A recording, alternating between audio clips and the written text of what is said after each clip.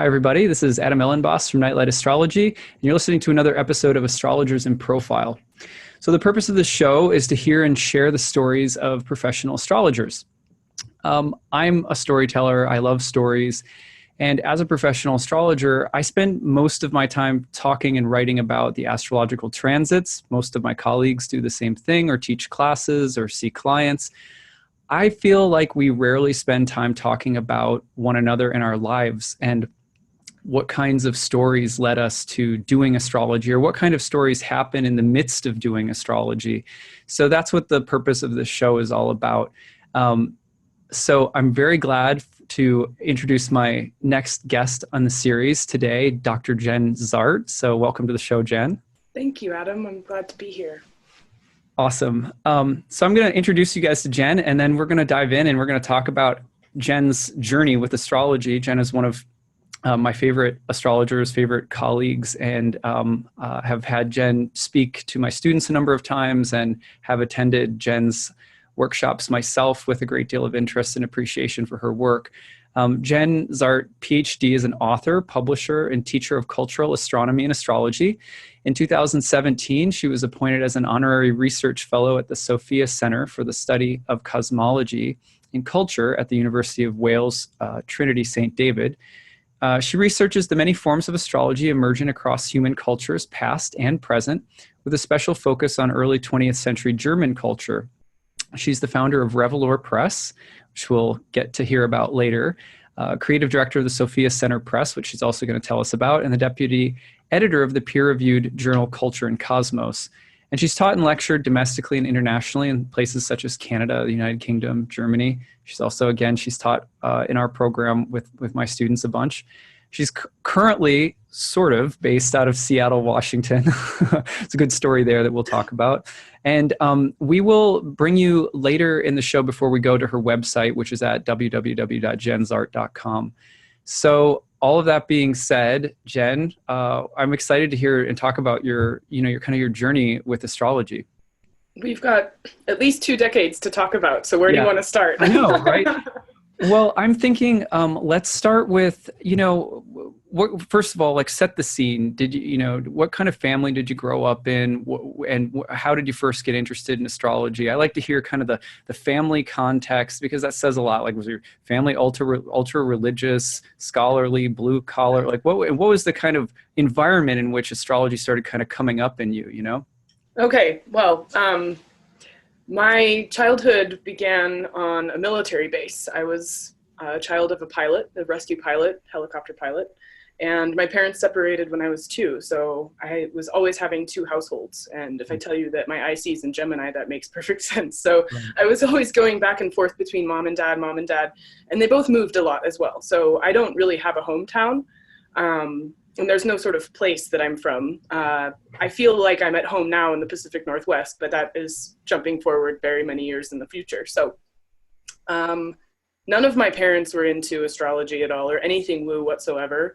And it wasn't like there was an opposition to it either. It just kind of wasn't a topic. Religion wasn't really a topic either. Like I was brought up, I would say, somewhat Anglican at first, but my stepmother is Jewish and she came into my life when I was 3. So we also had a very strong Jewish streak in my youth. So I was always multimodal when it came to that, and made the executive decision at 6 to be agnostic. I'm like, well, they believe these different things, and I mean, they're all in charge of me and they think they're right. So they must all be right, which means none of them are right. So I don't really, whatever.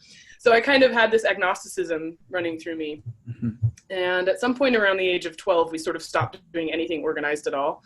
I actually fainted in a church in Cincinnati, which was my trigger. Like, maybe this is not for me, this whole like going to church thing and whatever. Wow. So, yeah, I think it was low blood sugar, but the spirit will know. So basically, I was, bumbling through my little agnostic world and, living in various suburbias as I came up. And at one point when I was around 15, I was just turning 15, I got grounded for 6 months. Oh. Because I had basically what it comes down to is I had been disrespectful, and I had been doing things I was told not to do and lying about it. And so these were uncovered, right? These sort of like indiscretions. And so I was super depressed. I mean, come on, you like get told you're going to be grounded for 6 months, and they took my computer away. So all my AOL chat room friends were disappeared. And I just didn't have any, I don't know, it was just kind of this total shutdown. And so my German teacher was one of my favorite teachers at school. And I told him, hey, I got grounded for 6 months. And he goes, when were you born? What time of day? And where were you born? And then the next day he gives me this map. And I mean, this is literally like my 15th birthday, right? And he's like, so can you go to Powell's Books? And I'm like, ironically, that's actually the only place I can go. I can go to Powell's and I can go to the library, but everything else I have to stay at home, no friends, no visits, nothing. And so he's like, okay, go to Powell's. And he gives me this list of books to get, which was the Koch Book of Tables, the International and American Atlas, and the Ephemeris. And that was it. That's it. Like, and then one more book, Alan Oken's Complete Astrology, right? Of course, there you go. There it was. And so I went to the Powell's Books, and lo and behold, in the astrology section, Powell's had all of them. So I bought all of them. And then I started having to teach myself trigonometry because I hadn't had that in school yet. And I didn't have a computer. So I basically had to learn how to do logarithms on my own. Right. And I would go to Gary after school and I'd be like, did I do this right? Am I calculating this right? And so I started creating charts from scratch. Wow. To try to figure out what was going on. And I was reading Alan Oken's book like it was my new religion. And the thing that I loved about it, and the reason why it really sunk in, wasn't just because I was grounded for 6 months and had nothing else to do, but it was also that there was some kind of objective thing in it that was telling me how to make sense of what I was going through subjectively. Mm-hmm. So it was like, oh, you're grounded for 6 months. Well, guess what? Saturn's on your moon right now. Right. Oh, is that what was really happening? Yeah, it was wow. opposing. It was on my full moon. So Saturn was on my moon. It was opposing my sun exactly. And then 6 months after that happens, the transit's over. And then what? Then you're suddenly home free and things are fine. So I spent that Saturn transit learning astrology instead of being sad that I was grounded. Oh my gosh. Wow. That's huge. And that's also, we can now see the foreshadowing of a PhD behind your name eventually. Oh, totally. Yeah, exactly. When the Saturn came around to conjoin the sun, that's when I got my PhD. Oh my gosh. Yeah, that's wow. So I have to ask questions about this, so many questions. So you're sort of in a confined space, but I'm sure that now, what I hear you sort of saying, I think, is that it was a kind of alchemical space. Do you perceive it that way? Oh, the minute that I was given the gift of astrology and had Gary as a mentor, the sense of being grounded disappeared entirely. Yeah. I didn't even notice. It was honestly like, I was so into the life of the mind going into all of learning. I mean, I had all these symbols to learn. Think about your new students, right? You have to give them so much to download in their brain. Well, I had no distractions. So they were, all the planets were my new best friends. And I was able to go through all the signs and just figure out the sort of hermetic architecture of what was going on in the system of astrology. And that was sort of my new life world. And so I didn't notice being confined at all. It's so fascinating to think that there's some sense of confinement that's really Saturnine in that grounding, but it's as though you were, in the very way in which you learned astrology, you were learning some of the implicit metaphysics of the practice, where Saturn can be not just a literal blockage, but a kind of an alembic, a container for inner work. And that's amazing. And it makes me wonder how many astrologers out there who have learned astrology, or at the time of life that one learns astrology, when one ends up dedicating their life to being an astrologer, if there are similar kinds of transits at work. It's something I guess we'll have to ask more people when they come on the show, because that's just it just strikes me as really remarkable. Yeah, it was definitely, it's been interesting because right now Saturn is doing the waning square to that time, right? So I'm also reflecting on how far I've come in the journey. I didn't intend to be a professional astrologer when I was learning it. It was really a balm for my soul in the throes of having this groundation. Right. And it became something where, like, just undergirding the mission of like, where else does this devotion lie? Right.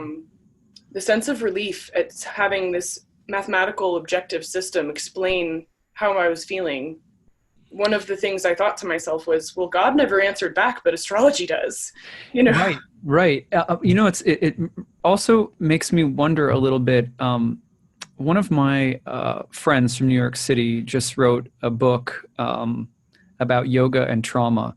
And one of the things she said is that, she was trying to kind of expand the definition of yoga beyond, the sort of religious mat asana practices, and sort of saying that something happens when we get into a flow state where we're totally sort of zoned in on something, and we get into a flow with it, that we can those experiences, when we have enough of them, actually are easily transferable to other activities, so that it becomes a way of life that people seek as a way of sort of being in flow with life overall. And when I'm hearing you talk, one of the things I'm reflecting on is, it sounds to me like you found this kind of flow state, and for whatever reason, that sort of just eliminated a lot of religious stuff and sort of put you on a path of some kind, even though the path is more open. Yeah, it felt like, and I would talk to Gary about this while I was learning, saying, this is incredible. It's blowing my mind. It's really settling something deeply disturbed in my soul, right? I mean, the anxiety of being a teenager was completely getting soothed by the information I was getting from astrology. And I was wanting to do everyone's charts around me and being like, guys, this is the thing. This is the code. Like, it gets better. It's cool. This is how it's going on. And no one was really that interested. And I'm like, why is this not more practiced? Why is this not more accepted? And then I learned about two things. One, the sort of erosion of astrology and popular consciousness that began with the Enlightenment, but the story is definitely more complex than that. And also I got exposed to Nick Campion's work, which was about the history of astrology and how that works with our modern culture. So those two things made a massive impact on me. And that's when I actually decided to take it to the university level, because I thought, this is such an important cultural heritage for humanity. Why is it getting thrown under the bus by people who don't even understand what it is? They need to understand what it is, and then they can make a judgment call. But this prejudgment of it, because they think it's a superstitious thing, that's completely unscientific and unfounded. So that's when I dedicated my life to doing that mission of just letting people know it's more complex than you think it is. And until you know how to do it, you actually don't know how to judge it. So you have a little bit of remedial education ahead of you before you can sit around saying, oh, we're going to judge this in a negative way and ban it from popular discourse. It absolutely needs to be a part of our popular discourse because it's our cultural heritage. We made it. Our ancestors made it. And the fact that it's being, cast aside as some kind of, thing, it's being done by people who don't even know what they're talking about. So that's my passion behind that, It's like, yeah, that's inspiring. I want to go back just a second to this flow state that you found that was a part of where it was as though a gateway or something was opened up, a path that became, it's like your destiny path, so to speak. It opens up through this moment that could be seen by your peers as really limiting. It's almost like you blip off the radar, like Jenn's gone, and then suddenly she emerges and she's like Merlin. And I wonder, so it's interesting because I think it was a really memorable quote, God's not talking to me, but astrology is. And yet, isn't it interesting how when you come back from an experience like that, it's suddenly the religious community is casting you out, and popular in sense, sort of popular secular community is casting you out. You're in this weird marginal space. And I think that that's also something that all of us astrologers seem to deal with in our stories. Do you think that's true?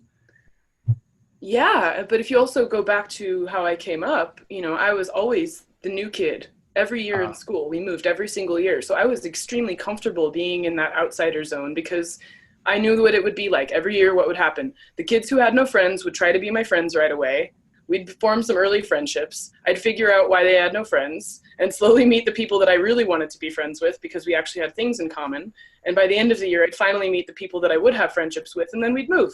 Yeah. So I just kind of got used to that sort of be friendly with everyone and don't get attached to anything and do your own thing, because at the end of the day, we're packing up at the end of the year. So what's the point? So right. I was very, very comfortable in that liminal space and always looking forward to the new horizon, right? I mean, it was exciting to go to a new place. And I didn't think too much about looking back or being there were definitely people that I missed, but I thought it was a blessing to have the opportunity to continue to travel as much as I did as a youth, and didn't realize that that wasn't normal, right? But it definitely made me have this sense of always being on the outside. You know, I would always enter into an ecosystem of social relationships and be that outsider. And so I'd have to find a way to become accepted enough while I was there, always knowing that I'd leave again.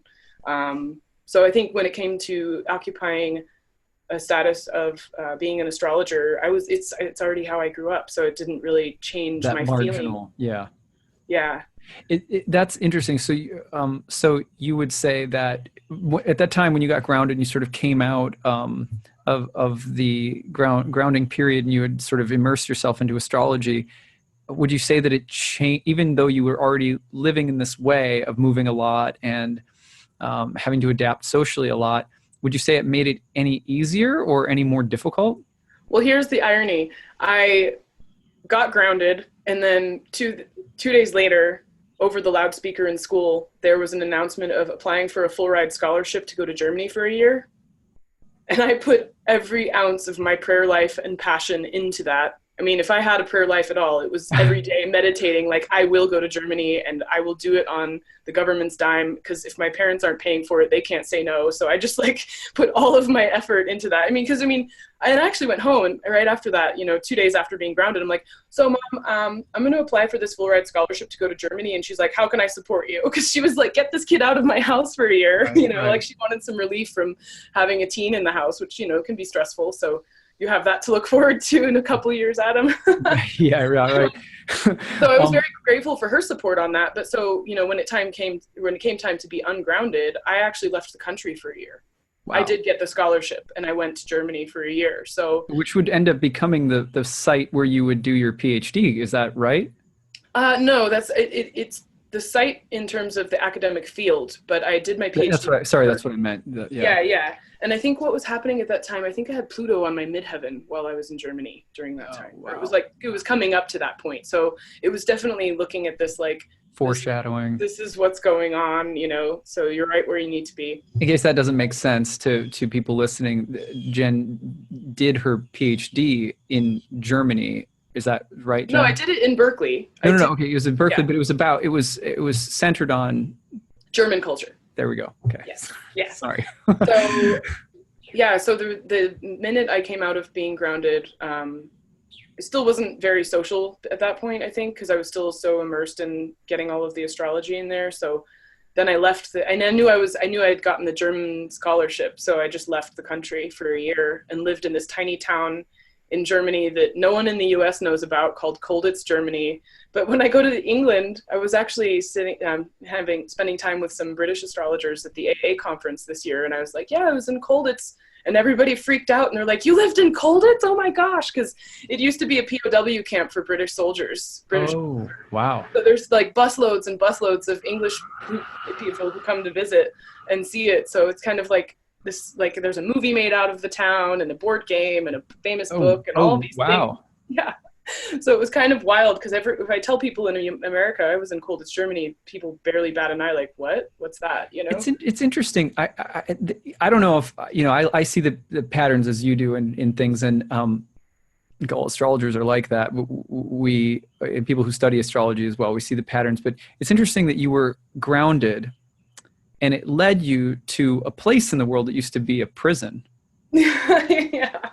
So it's like very German and very Saturn and that's the whole thing. It just has that feeling of like a heavy but deep kind of alchemical time. Well, the castle was also a hospital where my host mom had been born, so it had all the 12th house going on. Yeah, totally. Yeah, that's amazing. So at any rate, so let's see. I wanted to go back just a second to something you said earlier that I think was really important, which was that you found some kind of connection, some communication between yourself and the planets or the sky. And when you mentioned kind of like again, that's really struck me, sort of hadn't had a connection to religion and God in that sense, but you had some kind of connection to the anima mundi, or the world soul, or the cosmos in nature as alive, or filled with intelligence, or something like that. And I'm wondering if, you go back to that moment where you are grounded and you're studying, and you are feeling as though there's a communication taking place.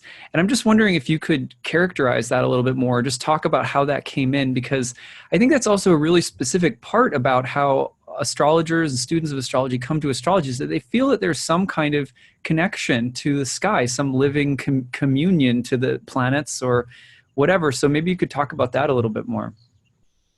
Yeah, I would say the seed moment, the crystallization of that consciousness came from Saturn, and recognizing, oh, this planet that's responsible for restriction and limitation is currently on my luminaries, right? And it has a timeline when it will leave. So by living through that experience and feeling the slow relief as it moved away from that conjunction, it was like I became aware of it in the middle of that contact. And then as I sort of existed under the pressure that you're talking about, by just going deep into my study, the more I learned, the better my life felt from the inside out. And it was really the consciously experiencing that specific transit was the thing that taught my bones how to feel all of the other transits, if that makes sense. And so beautiful. It was so powerful that I didn't need anything else, actually. Just that one communication of feeling that slow release of Saturn off my lights. It was like, oh, that's how this works. Like, how come, like if people are feeling bad, maybe they're just having a Saturn transit and need to know about it so they can start learning something and like take the pressure off, Right. And so that really was the moment, and it didn't take much else. But because of that, I was able to feel it with my body and my mind at the same time. And I think at that point, in terms of my own development as an astrologer, I spent the next 10 years exploring that privately before I ever thought about reading charts for other people. I mean, it was really trying to continue to sort of do my academic work around the history of astrology, and also just feel into what these things meant on deeper cycles, like going through a whole Jupiter cycle, for example. And what does that actually feel like? It's a long-term thing. It's a 12-year process. And it wasn't until I think even after Saturn was 15 years later, when Saturn was on my sun, that I found my second major astrology teacher in Rod Susskind. And so Rod was able to take all of these things that I had taught myself basically under Gary's tutelage and sharpen my toolkit completely. And he's the one that brought to me a lot of the traditional techniques that I use now. And so by going through his school, and I did the whole program, I actually repeated a year of his program because I loved it so much. I was just able to take a lot of the somatic things that had built up inside of me and then actually apply more traditional technique to them to get really sharp. So it was a long journey in that way too. So Saturn's been here the whole time. I love that. I mean, it's so, again, you said one of the things that really stood out to me was you just said that you could feel the transit in your bones. That's so Saturn too, your bones. And then, just talking about wanting to get deep into the history and spending a long time and the research. And something that struck me as you were talking, which I think you may have heard me speak about before when I've talked about James Hillman and astrology, is how astrology, the way that we relate to astrology as astrologers and the way it comes to us and the way we build a communication with the archetypes in the heavens and the way we end up practicing and stuff like that is also in and of itself archetypal. Is so I'm not to pigeonhole you as a Saturn professional or something like that, but I know, for example, that, sometimes I've talked to people, for example, who have come in with like a Pluto transit or a Uranus transit. And my point is that there's a lot of different ways that can almost characterize or guide, usher us into the world of astrology that are themselves planetary, which is just, it's profound, Yeah. I've actually never thought of it in that context, but now that we're having this conversation, I'm thinking to myself, yes, Adam's totally right. I mean, if you come to me for a reading, I'm not going to do, psychological astrology and plumb all of those depths. That's not my strength. My strength is in more pragmatics, which is very Saturn, right? So it's sort of like, when do you want to do this thing? Let's optimize when you can do that thing efficiently so you're not wasting energy. I mean, that's totally Saturn. Yep. So, my emergence as a professional astrologer was during my Saturn return, as Saturn was square to my moon. Okay. There we go. It's very interesting. But another thing is, like, a lot of people, just to give a little props to Saturn, this just goes to show how something that can, like Saturn, which I think a lot of us sort of fear Saturn, or we have some kind of superstition around Saturn being really difficult or heavy. But Saturn is also the kind of containment that you need to go really deep with something. And I have learned to have a lot of appreciation for Saturn's role in helping us develop a very deep connections to things. And I think that's one of the sort of underrated qualities of Saturn. Right. I mean, if you think about its position, it's not only the farthest planet and the coldest planet and the slowest one, but it's also the planet that's closest to the heavens, right? So it's the planet of mastery. It's the highest you can go. So it's low on one perspective, but if you flip your frame, it's actually the highest that you can go, but it takes a long time to get there. Yeah. You have to put in that work to get there. One thing I've loved about what you've done is, when you came out and started practicing in public, you were very disciplined about your daily practice, and you held yourself to it, and you came through and just have transmitted such a powerful message, like, consistently. And that is nothing but Saturn in my mind. It's yeah, it's true. It's totally true. So we're like, what year were you born? I was in 1982. 82. Was Saturn still in Libra then? Oh yeah. Saturn was conjoined Pluto in Libra. Okay, yeah, I have Saturn in Libra as well. So that's, there we go. See, so maybe we're gonna have a whole. How they talk about generations of astrologers in terms of their Pluto placements. Maybe we should think about them more in terms of their Saturn placements. Saturn, yeah, totally. Great call. Okay, so let's go forward from. We kind of jumped from being grounded to Germany to eventually kind of going in a certain direction in your academic career, but. Let's go forward a little bit more from, like, how you were 15, 16 when you got grounded and started all of this? I was 15. And then when I turned 16 in Germany, and interestingly, because I had studied astrology all of that year and had all of those concepts inside, I was able to teach myself more German by myself at an accelerated rate when I stayed in Colditz, because I was I went to Astrodienst and I printed out as much as I could in German about astrology, which is stuff I already knew. And I was using astrology to learn German. Wow. So it was like, because I knew the verbs that would be associated with, Mars, for example. So I'd print out the Astrodienst German description of Mars, and then I would read it in German and try to understand what the verbs were, because I knew what they would be for English descriptions of Mars. So it just fast-tracked my German. Let me ask you a question about that, because this is something I'm really curious about. As I'm sure you know and you've heard before, that ancient, sort of Babylonian astral omen diviners, that there is a sense in many different places, I think, actually around the world, that the sky was a kind of language, that it was a kind of script almost. And having some interest in language is, I think, really sort of fundamental. I've sometimes said that, like, astrologers, when we talk about transits over a period of time, it's like we're circumambulating the transits and chanting adjectives at them, Yeah. So there's something about language, but I'm wondering if learning about the catalog or inventory of words and descriptions for the planets in another language helped you also to embody your relationship with them in a different way, or if you feel like it's added anything to your understanding of the planets. Oh, completely. I think, the more languages we know, the more ways we can express ourselves. We become like prisms. So if you were to be interviewing me in German right now, I would be able to occupy a very different state of Jenness. I have a way of expressing myself in my mother tongue that's different from how I'm able to be in my German sort of personality, because of the possibilities that the language itself unlocks. And being able to do astrology in both languages actually is like, it quadruples it.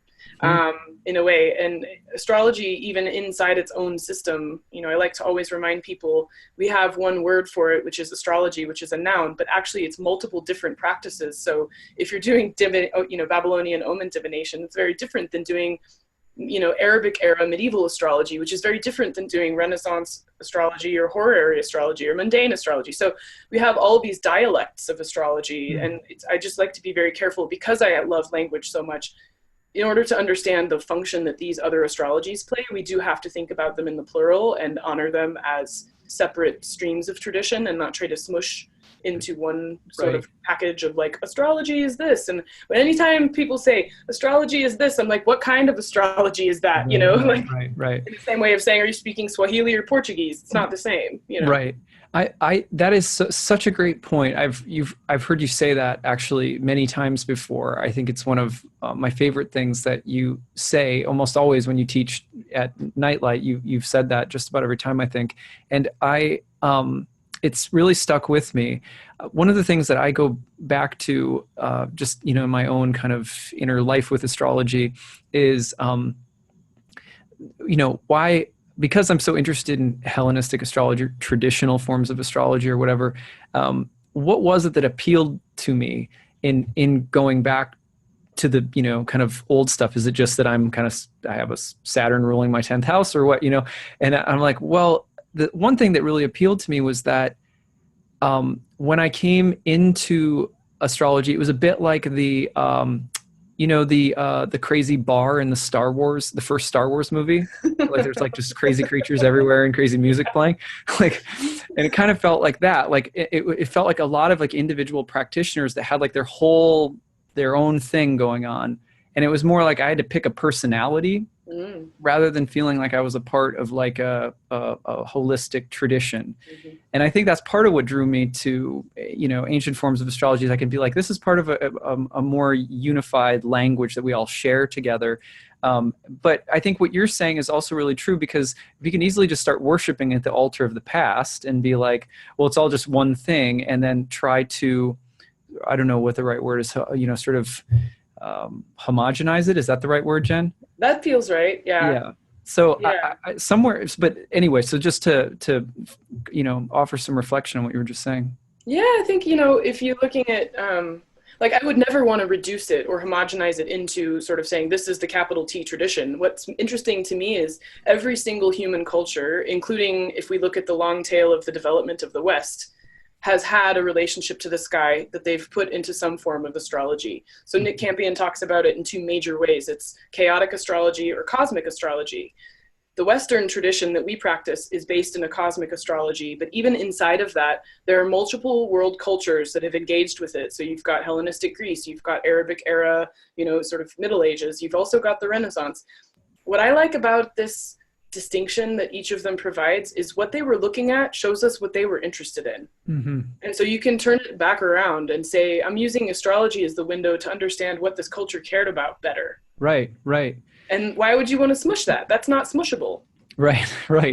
Yeah, it's really important, because I think sometimes from a sort of theological or philosophical perspective, our spiritual commitments sometimes betray us, and we end up trying to eliminate cultural and religious and theological and philosophical diversity from within the tradition, because we're eager to see our own theology or beliefs reflected throughout the entire tradition of astrology, and that makes us feel a little bit more certain that astrology and our beliefs they really do work together. They really do, Yeah. I mean, I think learning different modes is very helpful, because let's say, like for me, what I would love to see as a sort of standard for going forward in the profession would be people who know how to do a little bit of Vedic, how to do a little bit of Hellenistic. And if they'd like to stick to being an evolutionary astrologer, great. But at least the lay of the land to say,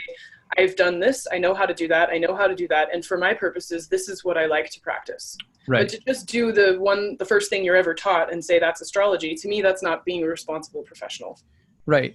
There's also such a great point, Jen. And there's also, I think, I'm thinking of the famous book by Aldous Huxley, The Perennial Philosophy, and Joseph Campbell, The Hero with a Thousand Faces. And one of the hallmarks of, I think, modern sort of Western spirituality is the desire to see sort of similar, universal, guiding spiritual beliefs or principles across the whole world.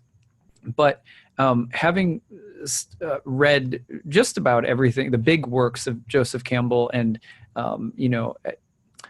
being sort of a student of history, not quite to your caliber or Nick Campion's caliber, but I admire you guys a lot.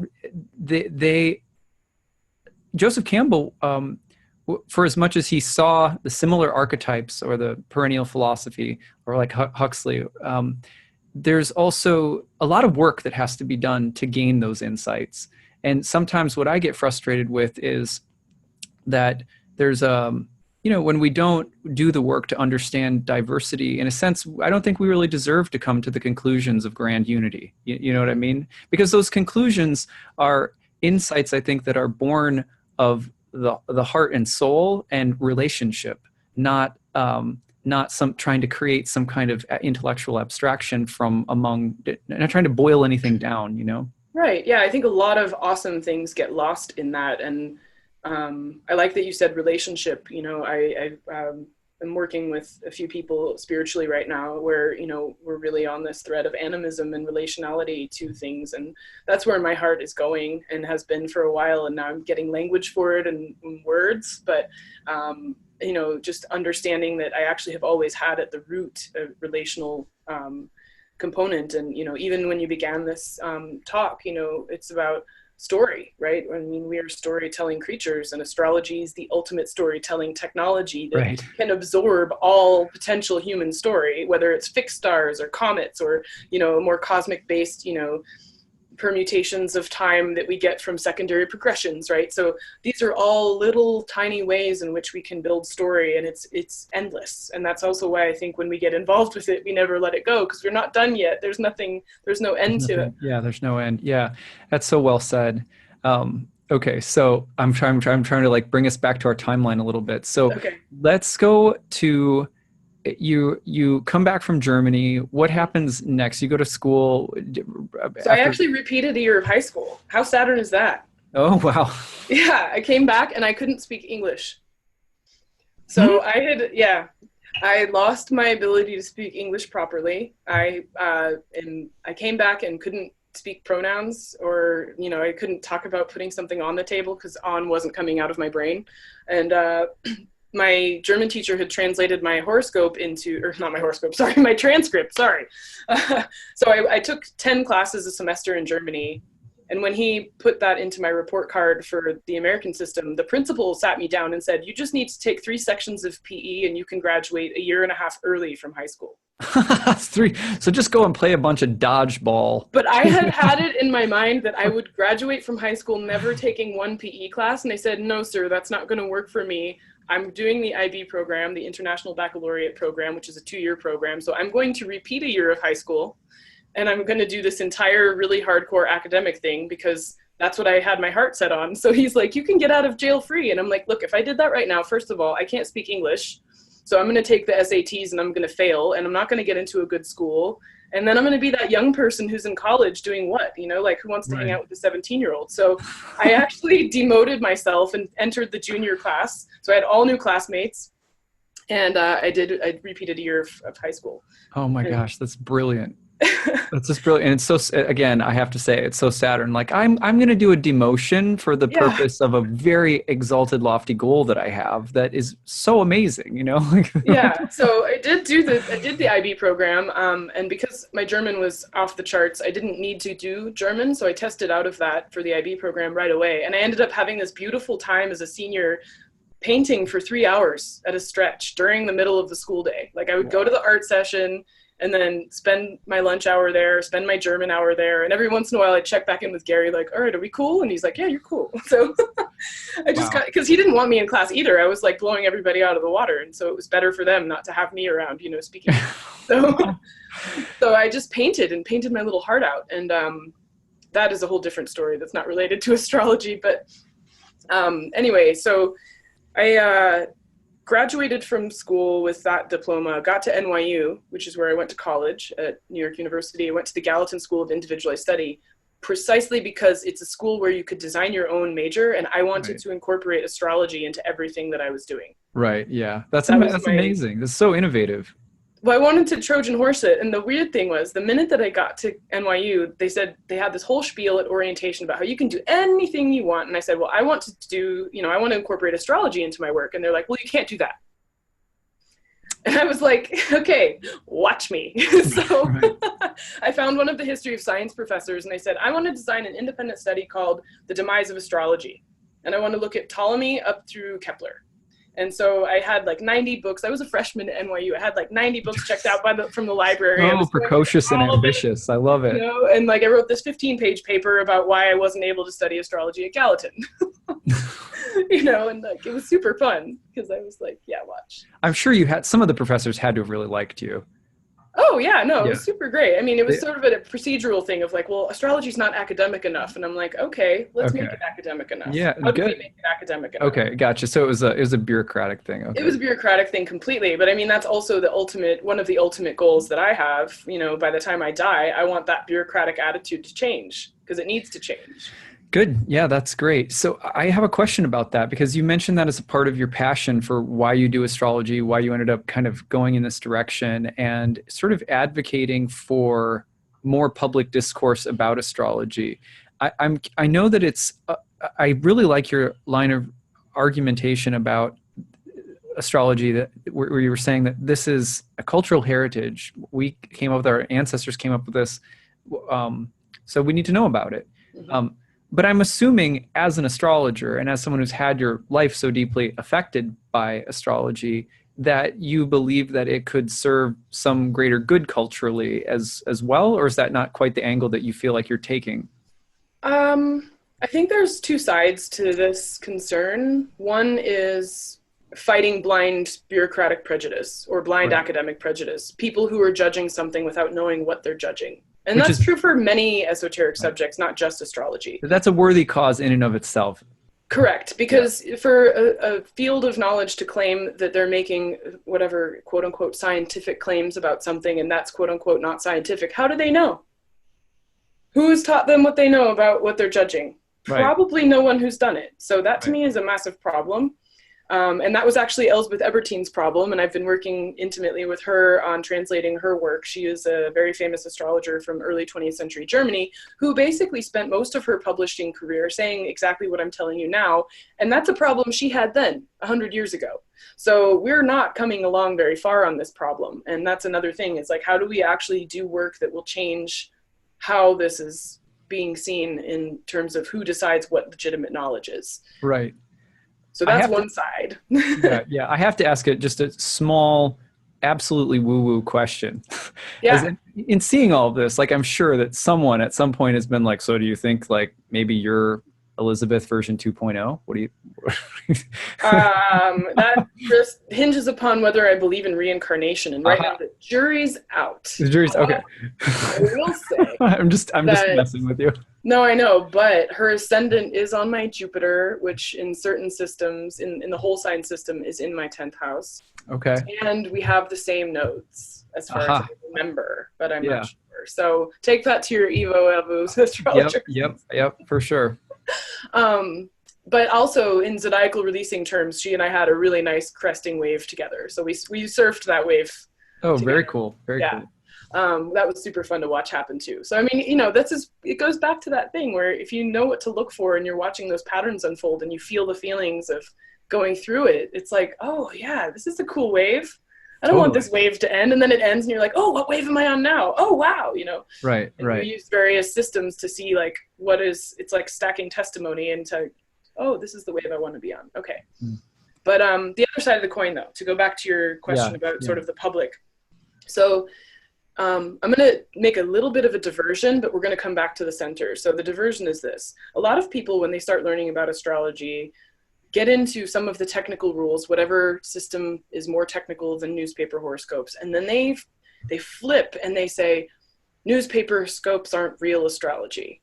Let me tell you what I know about real astrology. Well, that's actually not true.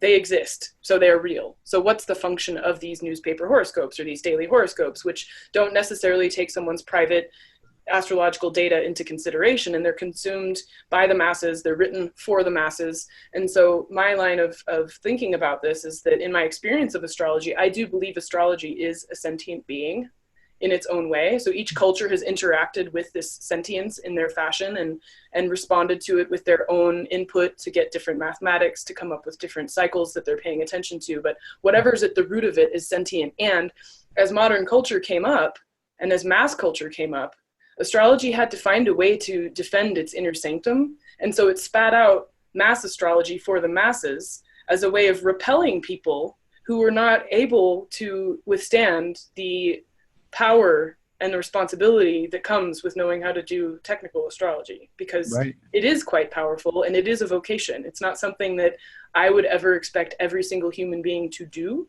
Even when it was being created in Babylon, not everybody was the astrologer. You had astrologer priests. So in that sense, you know, I think of it this way, and this is the way I love to talk about it because I think it's quite relatable to people who don't even do astrology at all. But you know how when plants are being chewed on by a ruminant and they start to get a sense that, oh, I'm being eaten, and so it shoots out these enzymes to the plants around it that suddenly make the other plants become bitter, and the animal keeps chewing and goes, ooh, this doesn't taste very good, I'm going to go away.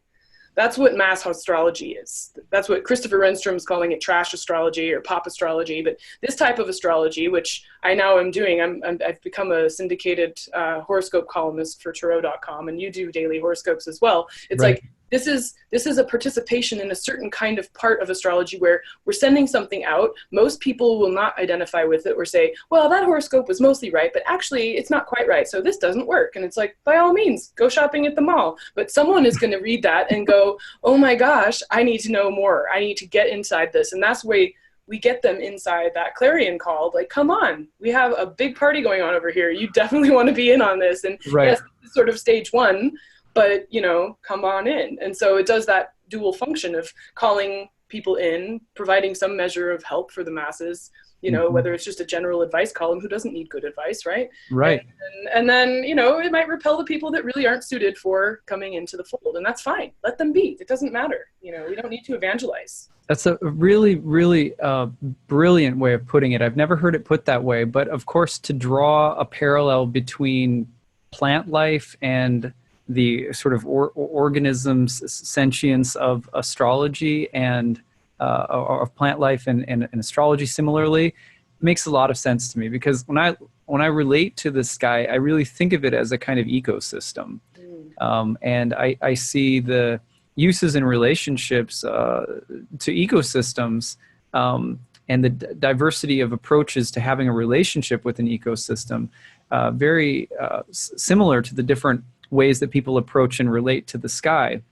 And that, for me, that insight came through participation in ayahuasca ceremonies, the shamanic plant medicine paradigm, which you and I have talked about a lot, because you also have a really great interest in herbalism and plant medicine and things like that.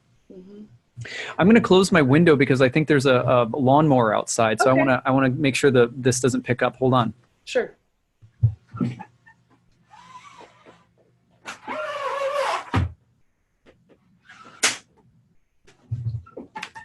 All right, that'll be just a little bit better. There we go. Okay, so that's amazing. And maybe talk a little bit about that. At some point in this journey, I mean, you're at NYU. Was it this early on that your interest in, tell us how your interest in plants basically came into the picture, and medicinal plants, because that's a big part of what you've done as a publisher and, you know. Yeah, that actually is quite late in the game. Oh, it is? Okay, we can come back to that later then. Yeah, that comes around way after graduate school. So Okay, yeah, we'll come back to that. Okay, so you're at NYU and you're doing this program. It's super ambitious. You've got a stack of 90 books. You know, I love that image. What was your social life like in New York City? Because now you're at a time where you're not moving around anymore, I'm guessing. At least you're stationed for a little bit. You're probably having a chance to establish something of a different social life. You're getting more committed to your path in a sense. At least that's how I'm perceiving it.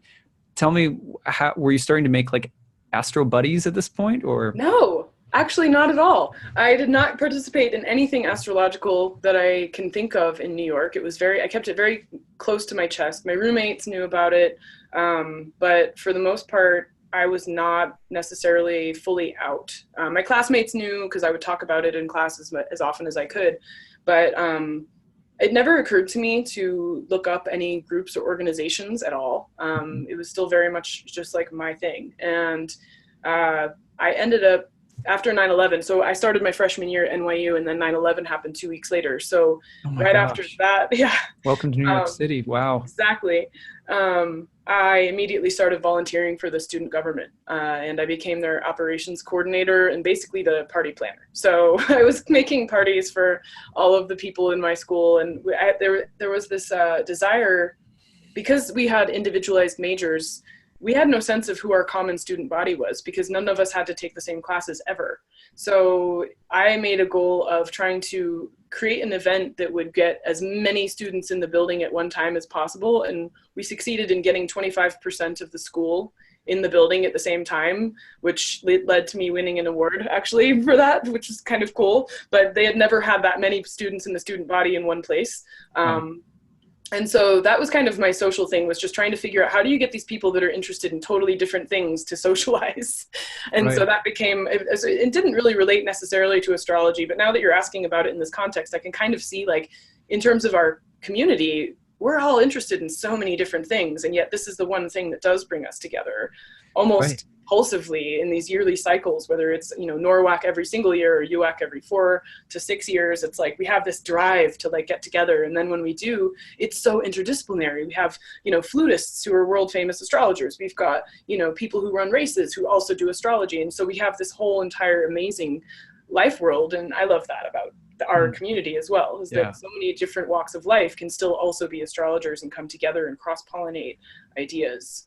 It seems to me, as your story is developing, that, tell me if I'm picking up on this right, that you started being interested in bringing divergent and maybe even marginalized pieces of culture together, because that's sort of the track that you get on with astrology at some point, is like, make this part of the public discourse, no unfair prejudice against astrology. You even use, the phrase that it was sort of still in the closet about astrology. And then there's this simultaneous theme in college in that moment of, like, becoming a community organizer. It's almost like there's a piece of community organization, cultural diversity and advocacy. There's this other part of you that's, like, kind of flourishing within the space of astrology as well.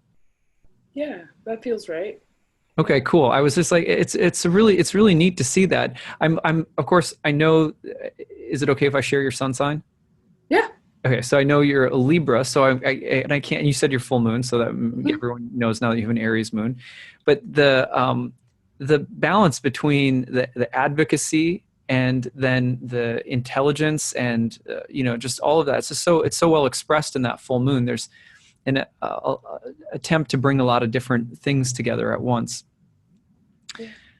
So at any rate, let's go. Okay, so from there, what happened next? Like in New York, so in New York City, your social life was not necessarily centered around astrology, but you said you weren't out of the closet yet. When did you kind of come out of the closet? And I think it's interesting that we keep using that phrase. I think every single astrologer that's come on the show has used that phrase. Right. Well, I mean, that's how we, that's the extent to which we can't necessarily be out about it, right? Open about it because of the ways that you're discriminated when, or not taken seriously. So, and it's actually because of this that I wanted to get the PhD. So when people say, well, did you want to be a professor? Kind of. Actually, one reason why I wanted to get my PhD was because I wanted to have that as a marker of proof of my legitimate scholarly capacity that would shut down anybody who would say, oh, and you're also an astrologer? Well, that's just woo, who are you, right? So it's like, and here's kind of the genesis of that. It does go back to high school, where I noticed that Nick Campion and a lot of other astrologers at that time were pursuing PhDs, and I decided as a high school student that I was going to get one, and I was going to get it as quickly as possible. I don't know why I wanted to do it fast, but I just did. I just wanted to get it out of the way, and I didn't want to go back 30 years after my career had been established and get one as a later older student. I wanted it immediately. And so I only was at NYU for 3 years. And in my second year at NYU, I applied for a graduate fellowship called the Beinecke Scholarship. And that paid for a lot of my graduate school experience, in addition to the financial package that I did receive from Berkeley. So I didn't actually pay for a penny of my PhD degree, because I got that fellowship to start, and I was able to use the financial package from Berkeley itself. That's awesome. And so, and then, so I knew right away at Gallatin, that was just my time to do all the electives that I wanted, because I was about to pursue an 8-year program of doing just German studies. And why German? It goes back to being an exchange student and understanding that, here we have a cultural gap between the understanding of what Germans were doing with astrology in the early 20th century and what we're doing with it in our lineage. And so I wanted to build that bridge. And the only way to do it would be, at that time I thought, was to go to the German department. Midway through grad school, I was like, I should have gone to anthropology, but I was already too in the thick of it. And it was just, I could have changed fields, but that would have been another 3-year setback. And I was so close. So I stuck with it. But yeah, so I mean, even at Berkeley, my intention had always been, again, still to infuse astrology as much as possible. And the beauty of Berkeley's program was they were going from the medieval period forward. So I had a 500-year period where my interest in astrology was totally legitimate, because that was in the cultural field. You've got Hildegard from Bingen, you've got the Minnesänger, you've got Meister Eckhart, you've got the Reformation when they're using all of this astrological propaganda. So I was in the right place. It was beautiful, and it's suddenly like percolating a little bit beyond that, where you do get kind of touchstones on the astral or whatever. But I was told I couldn't do technical astrology because it wasn't academic enough. And I'm like, when are we going to stop saying that? There's an academic way to approach it, for sure. Just people haven't tried that yet. So I'm amazed by the just sheer determination. And I think this is a part of the story of a lot of astrologers, that especially astrologers who knowingly go on the Trojan horse mission that you described earlier. Like, okay, so the world doesn't take astrology seriously, but they take people seriously who have PhDs.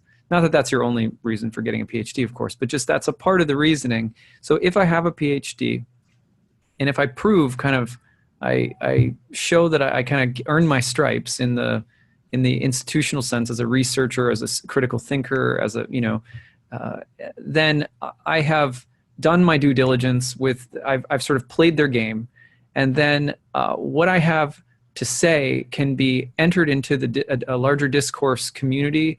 I have bought my ticket or something, and I can show up and add something to discourse that automatically people are not allowed to participate in without sometimes the letters behind their name or whatever else. And I mean, I admire you so much, Jenn, for doing that work, because that's really, really hard work. Like, on a certain level, I think, generally speaking, I think a lot of people who don't have higher degrees, like a PhD, when they hear someone talk about that, it's tempting to immediately be like, why would anyone ever do that? Or either that, or it's hoity-toity, or it's like whatever. And, but for those of us who really love astrology, to know that there's actually a lot of astrologers out there who had this kind of motivation because they loved astrology so much, found it so intelligent and compelling that they said, there's this whole community that's sort of ivory tower, locked out astrology, but I'm going in there. I'm just like, that's so awesome that you did that. Thanks. I mean, I'm not done. No, but I mean, just you went through that. I mean, you did that work. It's impressive. Yeah, I mean, I loved the challenge of it too, because the prejudice is so unfounded. So it's like, you just have to show up and take up space, Yeah, like, absolutely. You don't know what you're talking about. So here, deal with me. I'm not going anywhere, Yeah, totally. I mean, this goes back to the point. There was a Netflix episode that was done recently on like how things work or something like that. And it was a 20-minute episode on astrology. And I think maybe you know about this. I was interviewed by one of the producers on the show prior to UAC, which is this big United Astrology conferences in Chicago this last spring. And a lot of astrologers, maybe you too, were interviewed or we spoke with this producer. It's a really nice woman. And I think she really cared about trying to understand what we are, what we do. She heard a lot of our stories. She heard us say things like what you and I are saying today. And yet the episode came out wholly uninspiring, in my opinion, on a certain level. There was like, it was just like gross misrepresentations in different parts. I was really frustrated with it. And then I tried to like salvage, like maybe there's some good stuff in here. You know, I listened to what other people other astrologers had to say about it or whatever. But I guess when I saw something like that, I'm sitting there going like, you know, if I hear one more, you know, like little TV blip or newspaper article that says something like, well, you know, there's a 13th sign, so astrology is no good, or, you know, just like these things like that. I sometimes wonder, though, in the midst of all this, like, is there any hope? Like, will you know, what do you think? Have you seen any indication that your work, people like Nick Campion or other astrologers, are having any impact in the dialogue in culture? That makes me think of one of my favorite quotes from Kafka, which is "There's hope, but not for us," which is super depressing and not even relatable. But no, I do. But hope. What does this mean? Okay, so going back to that plant metaphor, you know, here we have a wildfire of astrology on Instagram and Twitter right now, and we do have like a weird, you know, phenomena of capitalism starting to sell astrological widgets en masse again, like they did in the 70s with witchcraft and all this other stuff. So, you know, we have this crazy like resurgence of like, I can't tell you how many people send me links to astro clothing, and I'm like, I don't want to wear that. You know, like it's cool kind of a little bit one time, but I'm not going to have a whole outfit wardrobe of nonstop star stuff. But star stuff is popular now. And I think it's partly popular because people are reading what we're writing on Instagram, and they're reading what we're writing on Twitter, and they're watching your show, and they're listening to Chris's astrology podcast, and it's speaking to something that's going on right now in a massive way. And so capitalism as a phenomena that likes to track numbers is going to say, whoa, a lot of numbers going on there. What's that? Let's go look at the numbers. Like, what is this going on? And so, yeah, you know, it'll be exploited. And then that's the enzyme phenomenon of, you know, okay, well, if it turns you off, that wasn't for you, but someone will perk up. They will get drawn in, and maybe it's because they're listening to your voice and you have better synastry with that person, and then you become their teacher. You know, there's enough to go around for all of us in terms of becoming lighthouses for others to find their way, you know, and so we're just shining all of our lights and just putting it out there. And I do think it's changing. I honestly do. I really do think it's changing. Yeah, I agree. And something that one of my spiritual teachers says is that there's, you know, to remember as yoga teachers, because obviously my wife and I run a yoga studio here too and teach a lot of yoga. And a big part of my own way of doing astrology is to incorporate sort of the yoga philosophy into the way that I do astrology. I've become more vocal about that in the past year since starting my YouTube channel. But I always have ended my horoscopes with prayers or whatever. But one of the things he says is that remember that, you know, you're teaching yoga and you don't want to do just fitness. You know, you want to give someone some real spiritual spark. That we're really, in some ways, we've been trained to think that we are in the industry of trying to, you know, sell things that everyone will buy. But in a sense, what we have to sell is really kind of a diamond, and not everyone's in the market to buy a diamond. So he's like, remember that part of the story too, because sometimes there's such a push to be productive with this stuff that we end up compromising something of the rite of passage that it is to come into the philosophy of yoga in an authentic way in the first place. And I think that kind of, to me anyway, that's sort of what goes along with what you're saying about the plant enzyme analogy, that there's some gatekeeping that will always, perhaps in some sense, never make astrology truly like massively appealing, because I believe that it, on whatever one's spiritual commitments may be, that it has some kind of psychological and spiritual transformative effect, and that's a, you know, that in and of itself is one of the reasons why it will never have like sort of massive appeal, in the same way that massive amounts of people are more prone to like just guzzling beer and going to football games on Sundays or whatever. Yeah, when they could, I mean, we all have the same 24 hours in a day. You, me, everyone, right? And so some people achieve a lot. Brene Brown, amazing. How is she doing all of that great work? Well, she has that same time. She's not guzzling beer and watching football. She's writing her next book. So if you think of it that way, yeah, there's sort of this, how do you want to spend your time here? And I completely agree with the idea. I wouldn't call it diamonds, but, you know, when I think about terms of like when someone comes to see me for an hour-long consultation, I come at it from my exposure to some South African spirituality practices with the Sangoma culture. Rod, who is my second astrology teacher, is a Sangoma. And, when you go and spend time with the Pondo people and their ceremony, the person who's having a ceremony done for them always brings a sacrifice. And the ceremony won't happen without it. Mm-hmm. And so I view these consults as ceremonial. And I think to myself, what are they bringing in sacrifice to be able to look at the future? You don't get to look at the future without paying a price for that. Right. And if you try to do it without that, you get what you pay for too, right? And so right. In a sense, if you want that personalized attention and you want to have that focus, you have to also bring a certain type of sacrifice to the table, because you're negotiating with this really important way the world works, and unless you're trained in how to do it yourself, you have to sort of go to someone who can, so right. It goes back to that. Right. Bring your cash, get your diamonds. That's all we're saying. No. Kind of, or a cow or a chicken. Right. So I always think of it that way, like, is this a 3 chicken, or is it a cow, or is it a goat? So I was thinking like. We know one of my teachers, very similar when I was learning horary, he made me learn how to cast charts by hand, which, I had never learned like you did when I started with computer programs. So learning how to cast charts by hand at one point, like not wanting to be rebellious or whatever, but I kind of was like, why am I doing this? You know what I mean? Like I just kind of asked him, like, why are you having me do this? And he was like, good, I'm glad you asked. He was like, because sacrifice is required. It's always been a part of approaching the heavens. And I don't, I can't get you to slaughter a chicken. You know what I mean? I'm not going to ask you to do that.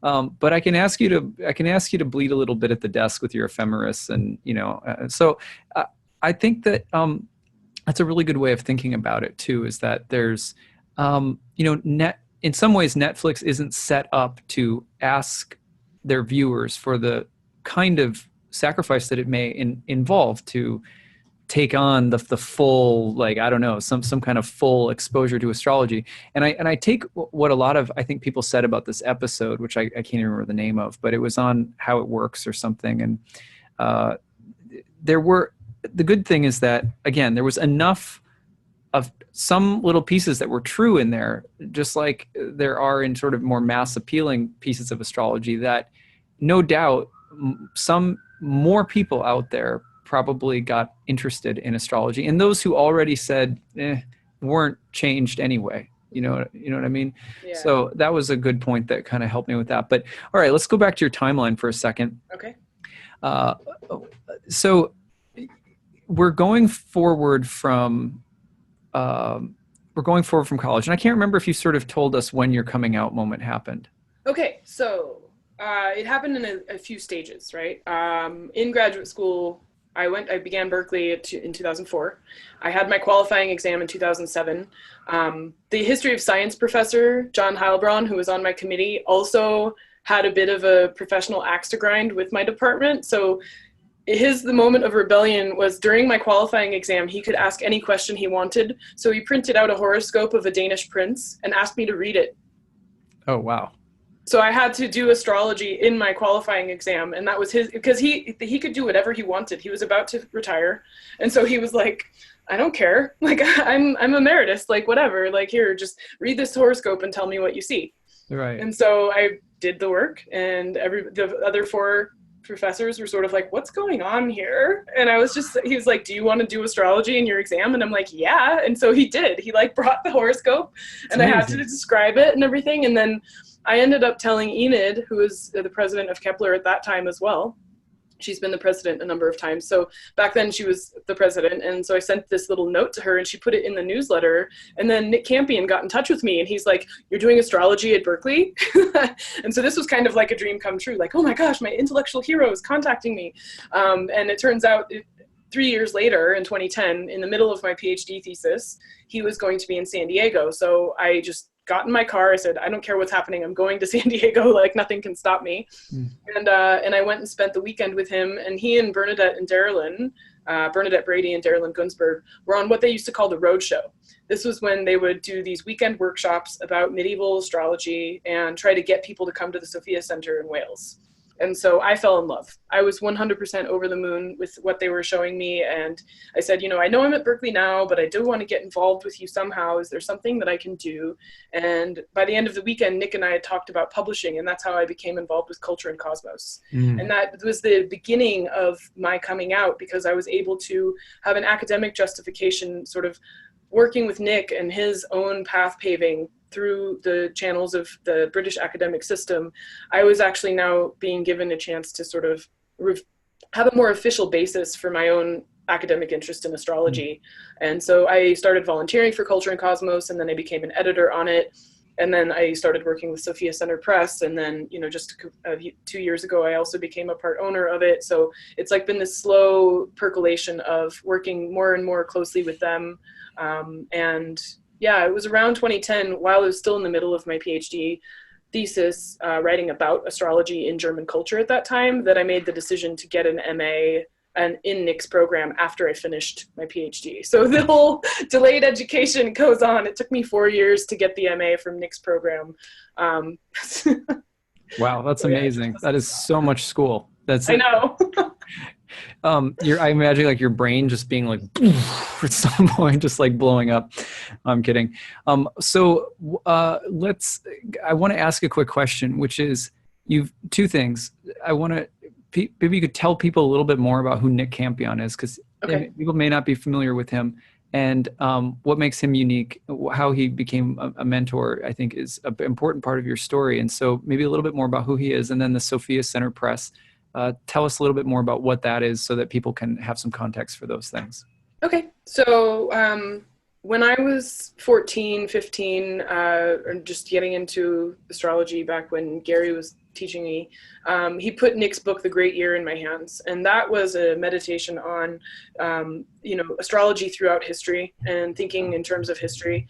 And so thinking historically and learning astrology came hand in hand with my education at the same time. And I just saw Nick's work as being amazing for what was going on in terms of the British history of astrology. And so I wanted to do that for the German history of astrology, but in English. So that was sort of the beginning of me having this desire to build that bridge. And I looked up to the way he had carved out his path through getting a PhD in history and looking through, the way he was approaching astrology and culture. And he was a trustee or I'm not sure if he was a trustee, but he was a very important person in the foundation of Kepler College, which was an academic experiment that still exists, but in altered form. But back in the 90s, Maggie Nalbandian got together with a number of people and came up with this idea to create a place where astrology could exist as a bachelor's degree and master's degree program. And my German teacher from high school was fundamental to writing the curriculum for that. So that became kind of my mental paradigm for how I wanted to approach my education, even though I couldn't go to Kepler. And so by the time I graduated from my PhD, Kepler had changed such that it wasn't offering master's degrees anymore.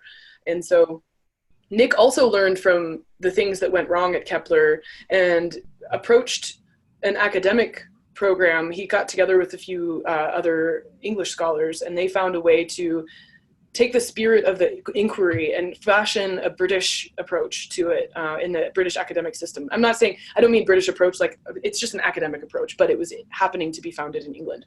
And so that emerged as the Sofia Center, and they were located physically in Bath, England for a number of years. And there are a lot of amazing people in our community who went through that program. And then Bath kind of did an about face and shut them down. And so Nick looked around and found another home in Lampeter. And the thing about the University of Wales, it's the third oldest university in England, but because it's in Wales, they have a very strong sense of needing to have online education be foundational for them to maintain their strength.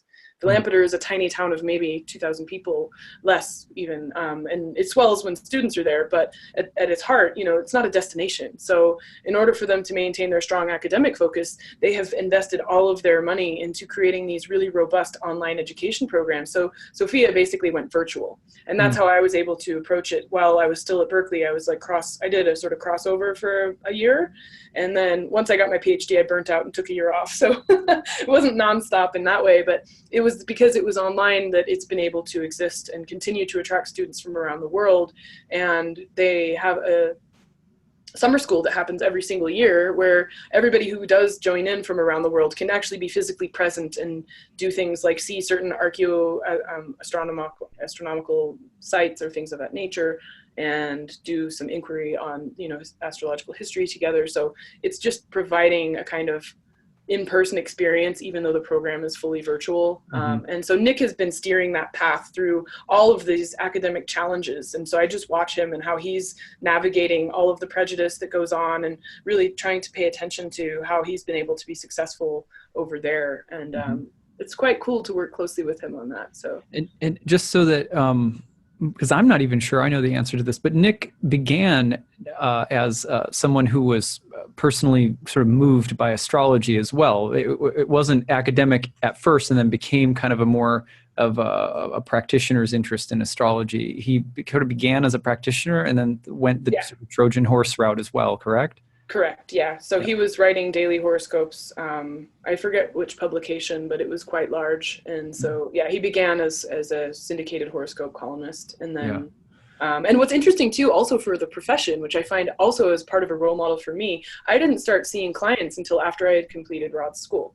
And I actually, that's the only thing I ever dropped out of. I didn't really complete Rod's school. I dropped out at like the very last 2 months of the last year because everything got so overwhelming with finishing the master's degree that I just was like, I can't do it all. And I had to admit defeat, and I just, whatever. And I waited a few years before I actually started seeing people.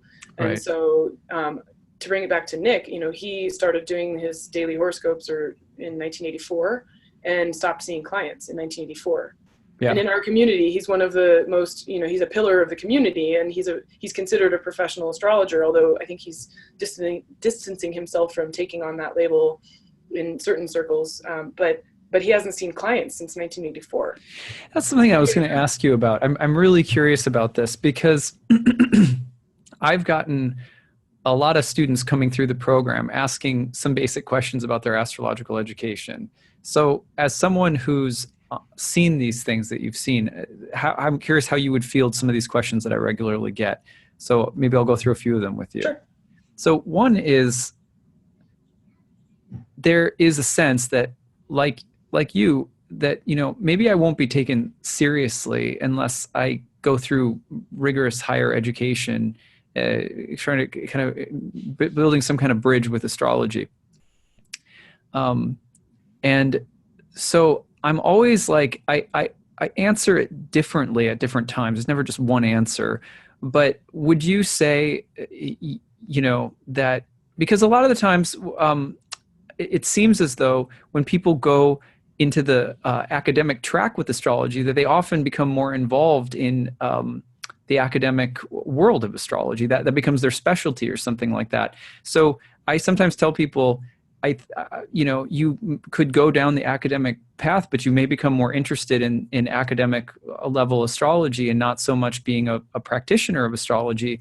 Sometimes they don't go together in the way that you're imagining that they will. But then on the other hand, it seems that there are a fair number of astrologers out there who they get a lot of education, but they also remain committed to being a practitioner. Do you feel like there's a hard divide between the two, and how would you answer that question if a student's wondering, like, should I go get higher degrees or? I think it's important for all professionals to have a basis in the philosophy and history of what they're in practice of, just as a matter of responsibility. Even if it's a matter of, hey, I'm not that into history or philosophy, you should still know what your lineage is. It's a matter of responsibility if you're going to practice.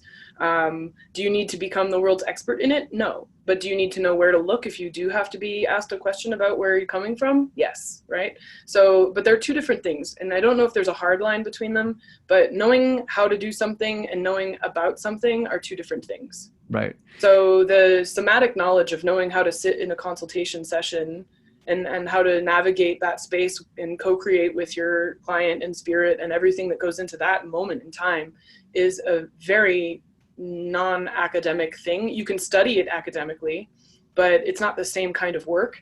And I've seen it happen where people do approach the academic history of astrology or philosophies of astrology throughout the eons, and they lose interest in that consultation moment. It becomes more interesting to study what happened 2,000 years ago, what happened 600 years ago, and they lose interest in having that meaningful conversation that benefits a client. And they sort of drop out, actually, and become only academics. So I wouldn't want to squash someone in that way either. Right. You know? Yeah, it's an interesting, line, because I did a few higher degrees, but mine were not in anything related to astrology. The experience provided me with, it gave me the chops to be a researcher and a reader, know how to read, scan bibliographies, and, so I feel like it prepared me to do, in many ways, the academic side of my work provided me with the impetus to dive really deep into what astrology when I found it, And there's other things too, like it was in writing and creative writing, which have helped me a lot in presenting material and stuff. And I did an MFA in creative writing, so I like stories, which I'm finally trying to incorporate more of that with this series and stuff like that. But I often say to people, when you're studying astrology, if you're really feeling called to the academic setting, then follow that. But if you're feeling called to work with people and astrology, there's also not necessarily everyone has the calling to go out and try to assert something seriously into the academic world or whatever. So yeah, it's an interesting conversation though, because I don't know, probably 10 times a year someone asks me if I believe that they should go get an MA or a PhD or something like that, and I'm always like, it's not a stereotyped answer. No, yeah, and it will also depend on who's asking, because you can kind of tell when you have certain students that, an MA would definitely be of benefit to you in this way, and then for others it's like, it's going to really divert you from your path. So I don't know if I would even have a standard answer for it. I think that you really have to think about what are the person's goals with it. And if their goals are to be a consulting astrologer, having some knowledge of the history and philosophy is just helpful, but it's not like they have to feel compelled to spend 2.5 years becoming an expert, Right. So, I mean, let's go forward a little bit. We're starting to run out of time, so I want to try to. There's so much more of your story. Take us forward a bit. So you're in this PhD program, and your life is obviously you're not practicing professionally yet with clients, but you're becoming more serious about it. You're definitely kind of coming out more with the things you're getting involved with. I'm curious to know back home, like friends, family, other people in your life, your social life, even like love life, which is something I've been meaning to ask more about in some of these episodes. How is the rest of your social, sphere affected by all of this? And are you starting at this point to have more like exclusively astrological friends, or is it still pretty? So the Astro friendships started really unfolding. There were 2 moments. 2011, I was invited to speak at the Sofia conference in England, and that precipitated my divorce. I got on a plane. Actually, it was kind of funny. Nick sent me an email beforehand saying, penthouse, Jenn Zahrt penthouse. And I'm like, who shared the pictures? Oh my God. But it was about staying at this woman named Chrissy Phillips's penthouse. And she's amazing. If you ever meet Chrissy, she's awesome. She has this penthouse in Bath, England. And I show up and I realized when I landed on the plane, like I didn't know where it was located. And I'm like, how am I going to find Chrissy's penthouse if I can't have an address? So I just sort of stood there stunned at the airport, like, whoa, how am I sleeping tonight? So I take the train to Bath and, I eventually find an internet cafe. And in the meantime, everybody's emailed me back and I get her address and I go up there and it's this glass pyramid. And it was phenomenal. I was like, I can't believe this is my life. Like, just got on this plane, not knowing where I was going to sleep. And now I'm in this glass pyramid and it's like heaven on earth, right? And so that day I met all of the people involved with the Sofia Center. And it was like I had found my tribe, like click into place. That's when I met Rod. That's when I met Nikki. She's an amazing South African astrologer who just wrote the book on fertility astrology. And it's like I had found my people and I felt so much love. And in the back of my head, I was like, would my husband be able to hang out with these people? And the answer was no. And it was no for the entire week. And I was like, this is a problem that needs to get fixed. And so when I got home, like, it was funny because I was like reading Patti Smith's book, Just Kids. And there was this moment in the back where she was like talking about this mandala of her life swirling around her.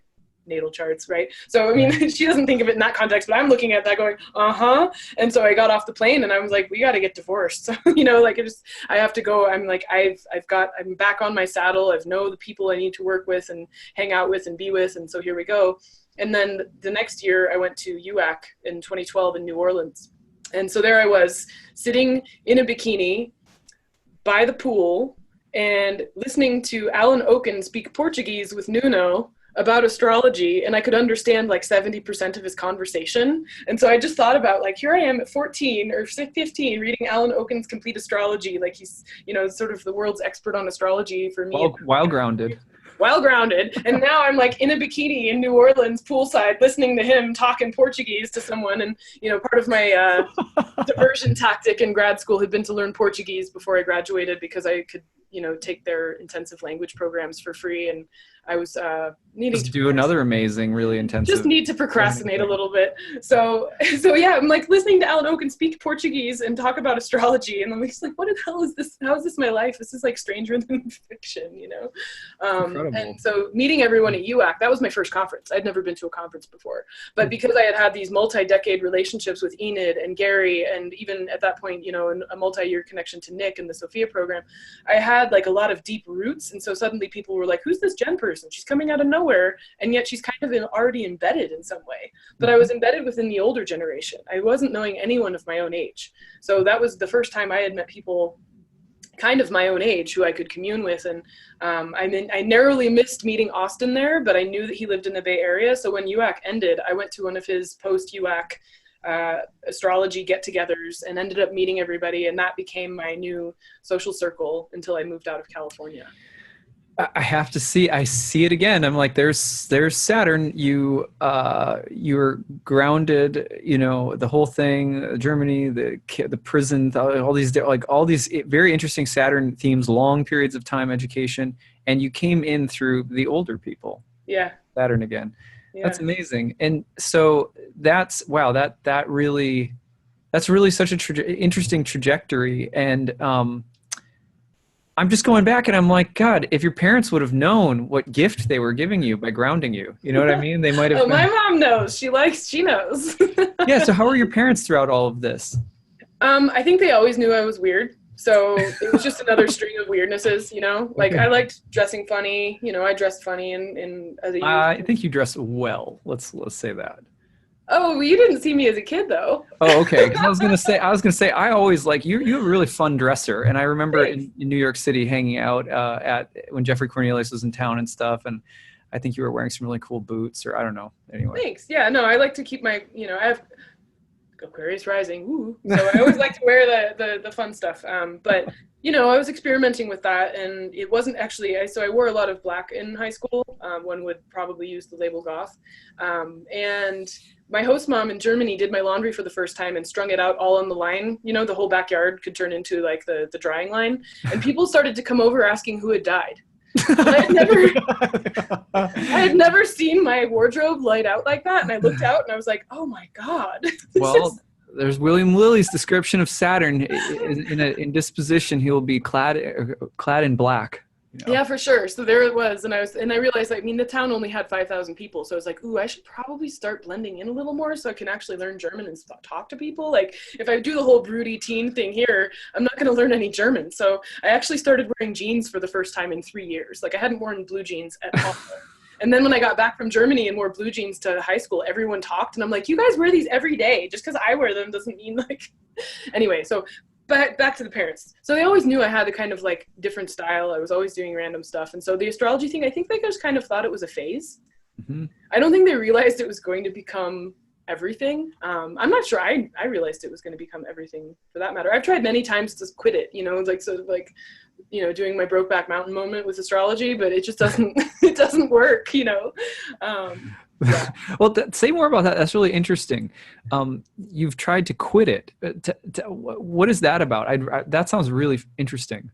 Well, it when something does become so totalizing and it really does saturate everything, it's almost kind of like you have to test the quality of your relationship, right? It's like someone's taking up all of your bandwidth, and it's like, well, you know what? I'm also a poet. And I'm also an artist, and I'm also a translator, and I'm also all of these other things that don't necessarily have to do just with astrology. So where does that really fit into you said it before, and something I also speak about with my friends is the ecology of Jenn, right? I'm not just astrology land. I'm actually a lot more than that. It's something that I'm extremely passionate about. And so it was the fire of that passion that has never been able to leave me.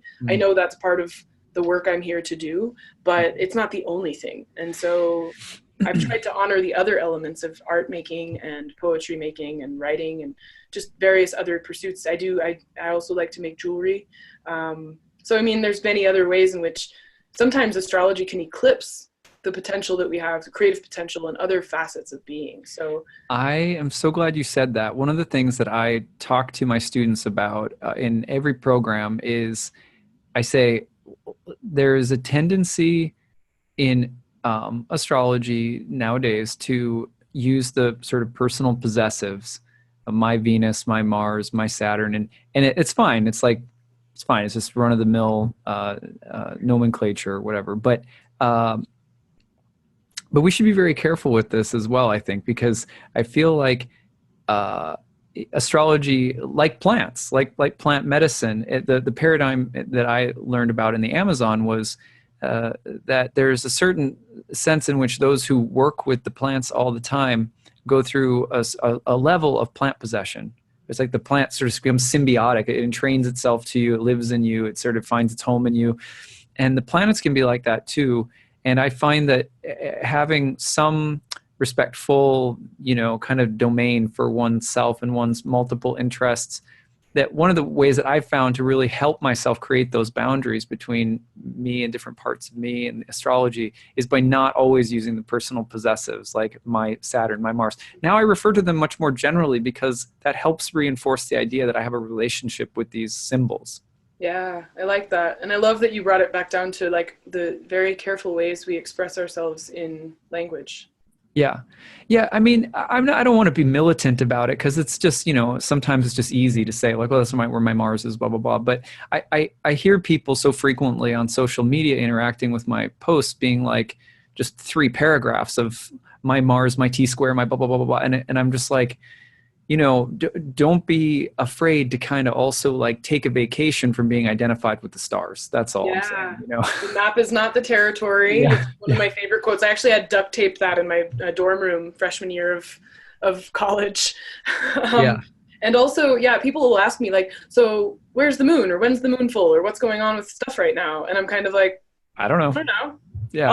I'll look when it's important to look, but I'm not going to be obsessive about it. Yeah. I did that. That was an earlier phase of development, and now I'm grateful not to know. And if I have to, like for example, so I just turned 36. I mean, my date happy birthday. Thank you. It's pretty much threaded throughout this call anyway, so it doesn't matter. But on my birthday, which was on a Tuesday, I was gifted a tattoo. And so I'm with this amazing tattoo artist named Kaylin Orsiner, and she and I had been working with this image, again, with the Saturn. I'd been thinking about it for 16 years, and I had not committed to it. But I mean, I slowly like warmed up to like, do I really want this on my body forever?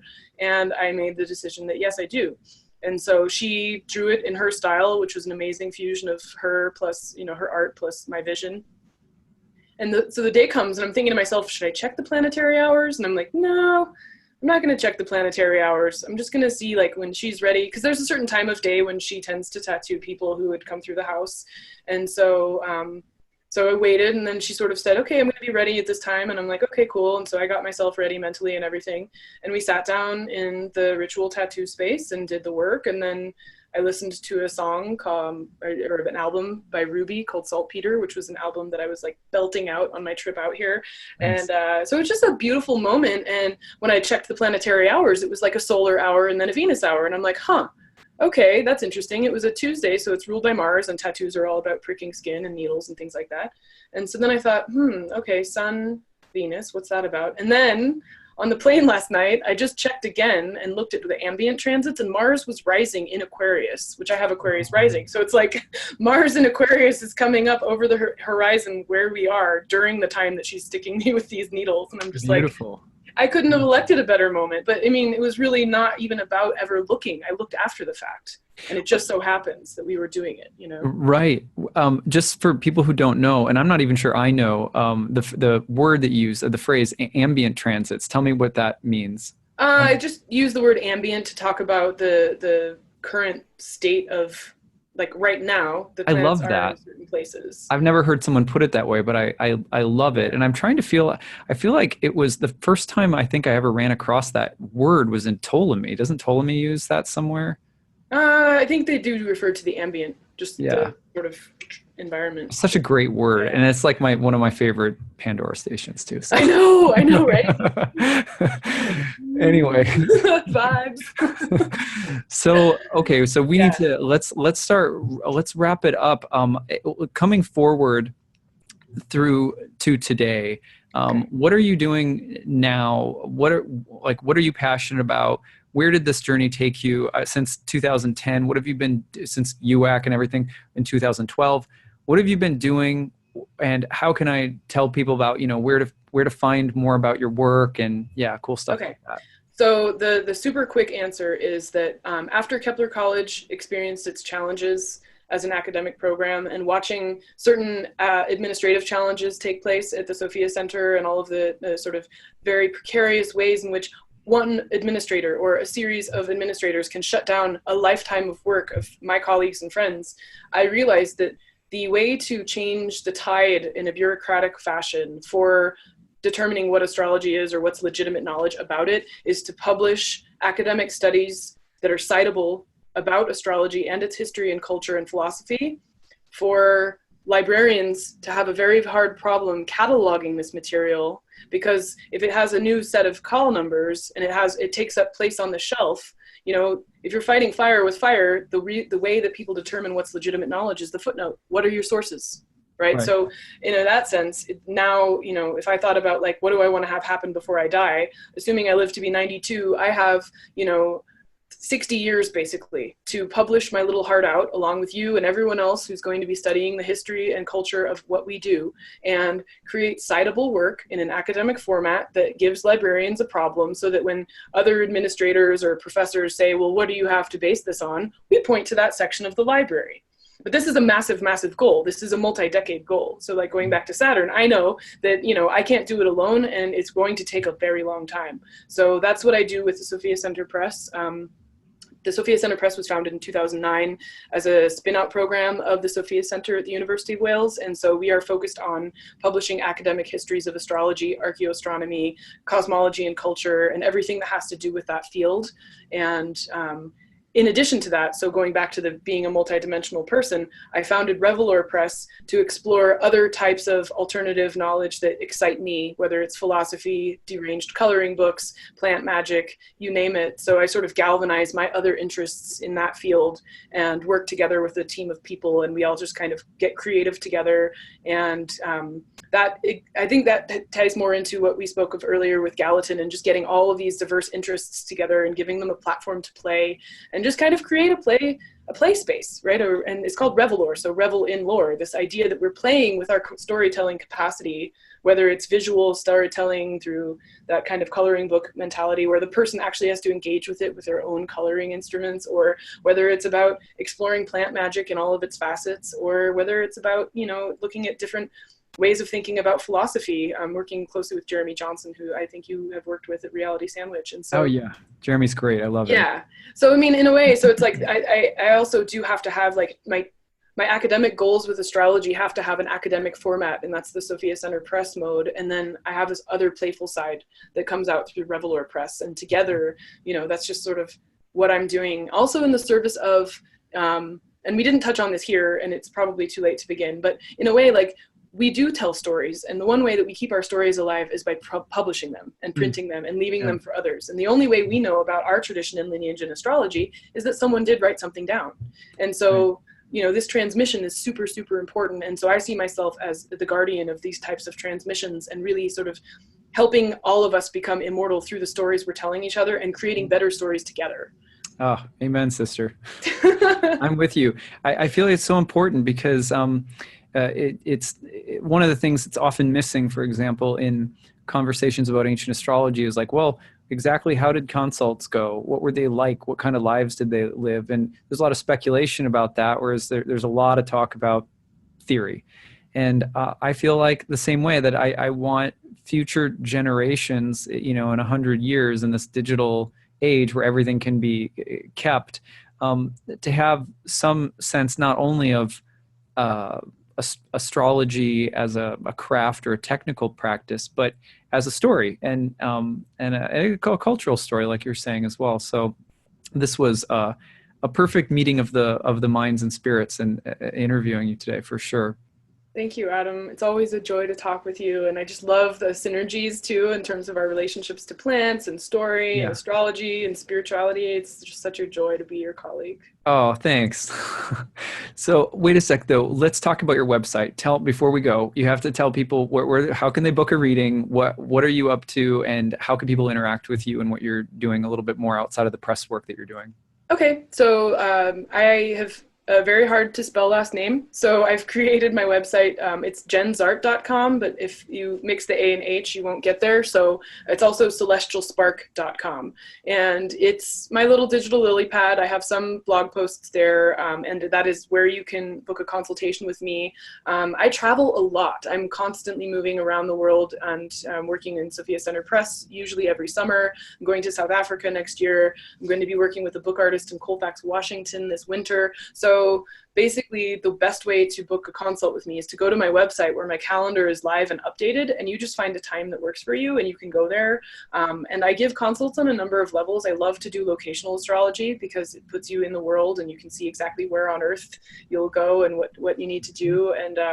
And I also love working with small business owners and helping them use the pragmatics of the techniques that I know on how to optimize what they're putting out into the world and when to launch right. Where on the wave are you in terms of that whole business side of things? So those are two specialties that I really like to focus on. And Locational astrology, I can give you a plug for that. Jenn's taught that to my students. And actually, one of Jenn's insights about my birth chart and astrology was incredibly instrumental in understanding a transit that I went through last year, where I had Neptune in a sextile to my moon and Pluto coming in to oppose my sun, all with the 9th house involved. And we looked at the relocated moon and sun in my chart, which landed in India. And that's where I was going right after Jenn helped me look at this. And sun and moon in my chart's very important to my career trajectory. And when I went there, I had, along with going to South America, easily the most spiritually transformational experiences of my life. And so, the whole time I was sitting there, I had such great context for thinking about what was happening because of the insights that Jenn had given me through this locational astrology reading. So really, if you want to know about how your chart looks and different lines of energy and kind of how they work in your life in different parts of the world, can't recommend Jenn more highly. Thank you. Yay. Yeah. Well, yeah. So once again, thanks for being here. And we will look forward to having you come back and give a talk sometime, hopefully in 2019 in our speaker series again. Thanks, Adam. Okay. Well, everyone, that's what we got for today. I hope that you'll stay tuned for the next episode of Astrologers in Profile. And until then, make sure that you share your stories. You all, if you're not a professional astrologer, not a full-time astrologer, your story still matters. Your life as someone who's interested in astrology is just as interesting and valid as anybody else's story. It's definitely a journey. So we hope that this show encourages others to sort of share their stories and embrace the journey of astrology. So, okay, take care, everyone. Bye.